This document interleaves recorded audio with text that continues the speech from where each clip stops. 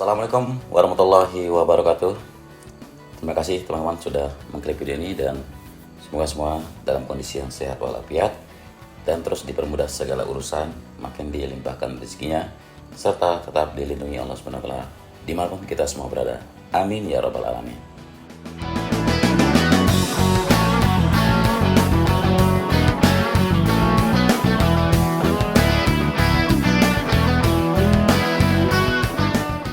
Kembali lagi kita di sirkuit MotoGP Mandalika di sore hari ini ya.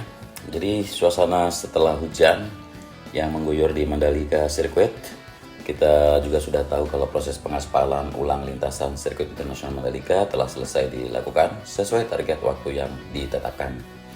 Jadi dengan begitu ya, ITDC sekarang bisa lebih fokus pada pembenahan infrastruktur penunjang sirkuit yang mengingat semua persiapan ditargetkan selesai 2 hari sebelum event MotoGP digelar atau tanggal 16 Maret mendatang.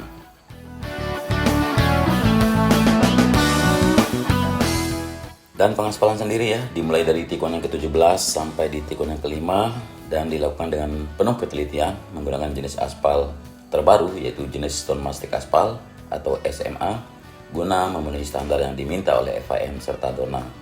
Dan semua itu tidak lepas dari kerja keras para pekerja semua dan dukungan dari semua pihak. Dan sementara itu ya, para pekerja masih terus bekerja menyelesaikan berbagai fasilitas penunjang, baik itu yang ada di dalam area sirkuit maupun di luar sirkuit. Di dalam area sirkuit sendiri ya, penyelesaian pembangunan tribun penonton hingga kini masih terus dilakukan dengan dikebut, terutama tribun penonton di tikungan yang ke-15 yang belum sepenuhnya selesai. Kemudian di luar area sirkuit juga misalnya pekerjaan masih disibukkan dengan penyelesaian pengerjaan jalur 2 mulai dari bundaran Songgong atau ujung bypass hingga di depan sirkuit Mandalika.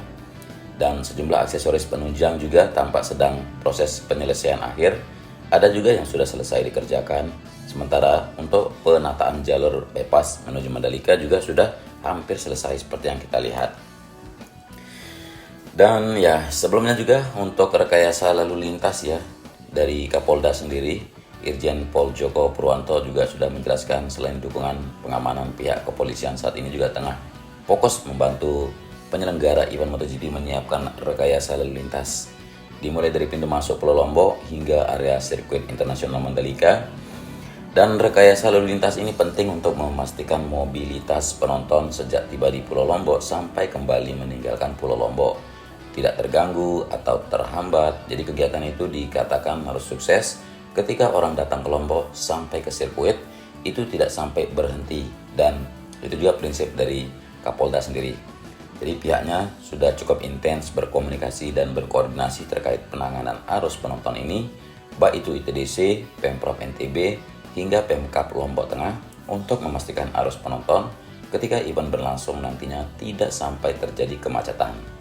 Bahkan untuk mengurangi penumpukan penonton ya saat penukaran tiket menjadi gelang, pihaknya menyarankan supaya penyelenggara membuka stand penukaran tiket ke gelang di masing-masing pintu masuk yang ada.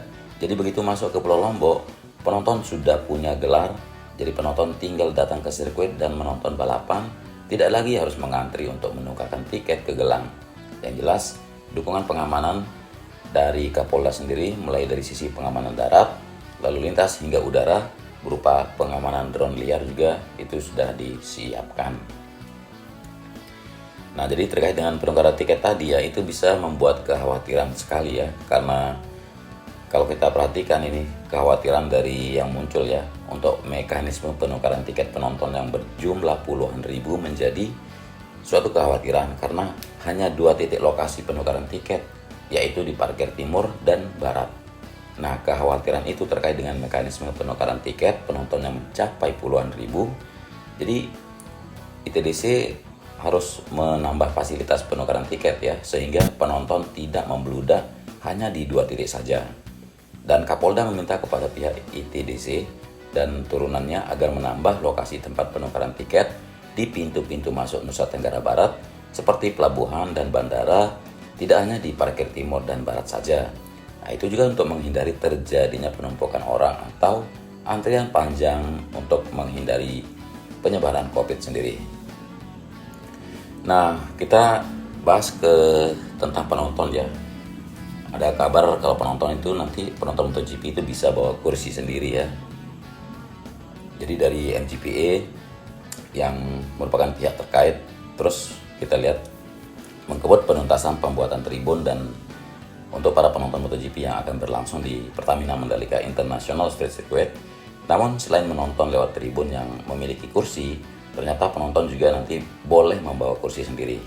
Ya, dari Direktur Utama MGPA Priyandi Satria juga telah mengatakan kalau pembangunan tribun untuk penonton baik itu VIP Hospitality Suite, Deluxe Class, Premium Grandstand, Standar Grandstand, dan General Admission masih terus dikerjakan dan akan segera rampung. Jadi pembangunan tribun untuk para penonton tetap berlangsung sampai dan saat ini, baik untuk pemasangan kursi, tenda, interior, semuanya tetap berjalan sesuai progres. Jadi tribun cukup banyak yang harus dibuat, tapi nanti akan dilihat lagi apakah ada penambahan atau tidak. Seperti itu. Nah, dari Direktur Utama MGPA ya, ada juga beberapa tribun yang sudah rampung pengerjaannya dan sedang tahap pembersihan, dan pihaknya masih optimis dalam waktu dekat juga kalau keseluruhan dari tribun penonton ini bisa rampung dikerjakan. Misalnya VIP, Royal Box sudah selesai dan termasuk Deluxe Class juga sudah selesai. Dari keterangannya ada juga untuk tribun Premium Grandstand ada sekitar 5.300 kapasitas penonton ya.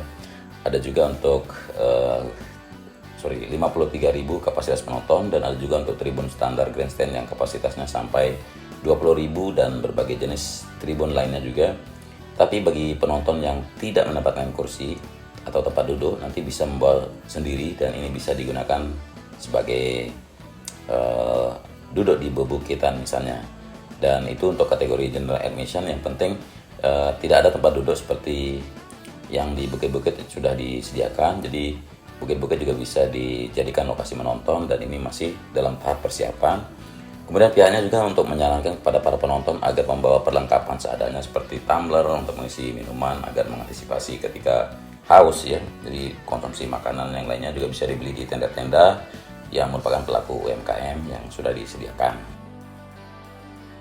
Dan bangunan yang lain juga telah dibangun ya di sini di Bukit 360 ini. Ada bangunan seperti villa. Jadi ini untuk penonton sirkuit Mandalika ya. Ini merupakan salah satu fasilitas baru yang dibangun langsung oleh MGPA ya di sirkuit Mandalika, dan lokasinya di Bukit 360. Ini dekat tikungan 10 ya. Nah, di bukit ini berdiri 3 bangunan berlantai 3, dan saat ini para pekerja masih berpacu ya dengan waktu untuk menyelesaikannya. Dan ditargetkan kalau pengerjaannya ini akan rampung beberapa hari sebelum MotoGP digelar. Nah, ini bentuknya sekilas seperti villa ya, cuma bukan sebagai tempat menginap, melainkan khusus untuk menonton saja. Tidak ada tempat tidur di sini, jadi tidak ada kamar-kamar, tidak ada kolam renang seperti villa pada umumnya. Yang ada hanya sofa, meja, kamar mandi, ada musola. Jadi tempat parkir juga ada ya, jadi untuk parkir motor, mobil ini juga ada. Nah, misalnya di villa tidak membutuhkan kipas angin maupun AC. Maksudnya di 3 bangunan ini tidak membutuhkan kipas angin atau AC. Karena angin dari laut langsung kerasa ya. Dan itu bisa dirasakan langsung di lantai 1, lantai 2, maupun lantai 3. Jadi bangunannya ini terbuka, tidak ada sekat-sekatnya. Yang paling istimewa ya, bisa melihat pemandangan pantai dan perbukitan. Misalnya lihat Pantai Seger, kemudian bisa membawa makanan dan minuman sendiri. Dan pengelolaannya juga diserahkan sepenuhnya pada si penyewa. Jadi MGPA sebatas membantu dari sisi keamanan dan kenyamanan. Nah, untuk mendapatkan kursi di villa-villa ini tidak seperti memesan tiket MotoGP. Jadi bukan untuk individu-individu, bukan untuk pemegang tiket General Admission. Nah, tempat ini diperuntukkan bagi korporasi, baik itu BUMN, BUMD, maupun perusahaan-perusahaan swasta atau kelompok masyarakat pada umumnya. Jadi bentuknya disewa selama setahun, bukan saat MotoGP saja ya. Nah, misalnya untuk nilai sewanya ya mungkin belum bisa kita bocorkan ya. Jadi nanti pasti ada. Kalau untuk kelompok masyarakat biasa sepertinya ini tidak bisa terjangkau kecuali yang memiliki uang banyak ya. Dan kapasitas untuk bangunan villa-villa ini ya, ini paling sedikit ini bisa menampung sampai 100 orang, bahkan paling banyak ini 200 orang. Bahkan lebih ya. Artinya tinggal mengatur tempat duduk saja, mau berjarak dekat atau berjarak jauh. Jarak masing-masing bangunan villa tersebut juga kalau kita perhatikan ini ada jaraknya sampai 50 meter sampai 100 meter. Dan yang menyewa dan nanti berhak mengajak siapa saja. itu tanpa harus membeli tiket lagi. Hanya saja itu berlaku selama event dunia. Jadi selama setahun ada 3 event dunia yang digelar di sirkuit Mandalika misalnya. Nah, jadi dia bisa pakai di saat nonton semua event tersebut. Nah, di luar event-event dunia tersebut, ini si penyewa tidak bisa menggunakan fasilitas yang dimaksud. Jadi selanjutnya yaitu di saat event saja baru bisa digunakan, dan akan melakukan perawatan terus untuk dilakukan perbaikan. Begitu event dunia selanjutnya, si penyewa tinggal pakai. Begitu saja seterusnya ya. Jadi di MotoGP nanti bangunan-bangunan ini sudah ada yang pesan. Jadi kalau mau pesan ya tunggu 1 tahun kemudian.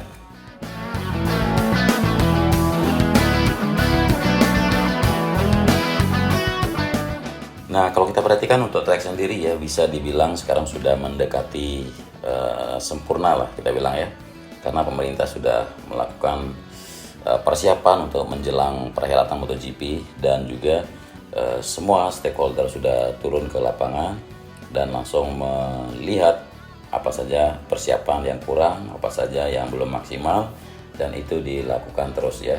Dan juga untuk beberapa hal terkait dengan kondisi saat ini ya, masih kedatangan untuk logistik-logistik yang datang dari luar Lombok ya, atau logistik balap terutama, ini terus berdatangan sampai 3-4 hari ke depan, dan dipastikan nanti di tanggal 14, terutama di tanggal 14 itu sudah datang semua ya, untuk logistik balap maupun logistik penunjang di sirkuit sendiri. Nah, hal yang masih terlihat ini dalam laporan ini, masih ada terungkap juga untuk kamar hotel yang masih tersedia cukup banyak. Misalnya di Gili Trawangan, Gili Meno, Gili Air ini sudah bisa mencapai 4.000 kamar juga. Nah, nanti data yang muncul di data yang bisa menunjukkan kalau provinsi terbanyak ini nanti penontonnya itu sudah kita lihat itu dari Jawa Barat, Jawa Timur, kemudian Jakarta, Bali, termasuk Nusa Tenggara Barat. Nah, ini kemungkinan penonton dari luar juga meningkat seiring relaksasi kebijakan kedatangan wisatawan mancanegara ke Indonesia langsung. Jadi pemerhati pariwisata ya langsung turut serta dalam rapat, dan dalam kegiatan itu nanti langsung beberapa pemerintah itu patut diberikan apresiasi terkait kebijakan yang sudah dilakukan. Jadi sejumlah kebijakan pro berdampingan hidup dengan COVID-19 sudah dikeluarkan dan disebutnya sangatlah tepat. Mulai dari dibukanya kembali Pulau Bali ya untuk penerbangan internasional, kemudian pemberhentian karantina, sampai pemberlakuan kembali visa on arrival. Nah, ini termasuk tidak dikenakan lagi tes antigen atau PCR bagi penumpang transportasi laut dan udara. Jadi semua kebijakan ini diharapkan memberikan dampak bagi kesuksesan dari event MotoGP Mandalika sendiri.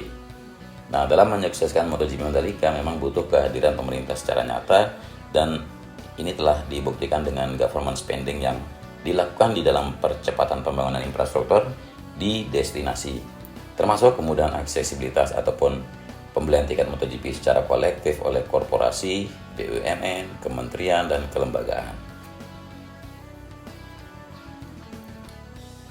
Ya, oke, itu saja dulu teman-teman yang bisa kita sharing ke kalian semua di video kali ini, dan nantinya kita akan bagikan juga beberapa informasi terkait dengan kesiapan dari MotoGP Mandalika untuk seminggu lagi digelar di Pertamina Mandalika International State Circuit. Dan terima kasih sudah menyimak sampai durasi. Kurang lebihnya mohon maaf. Selamat beraktivitas. Wassalamualaikum warahmatullahi wabarakatuh.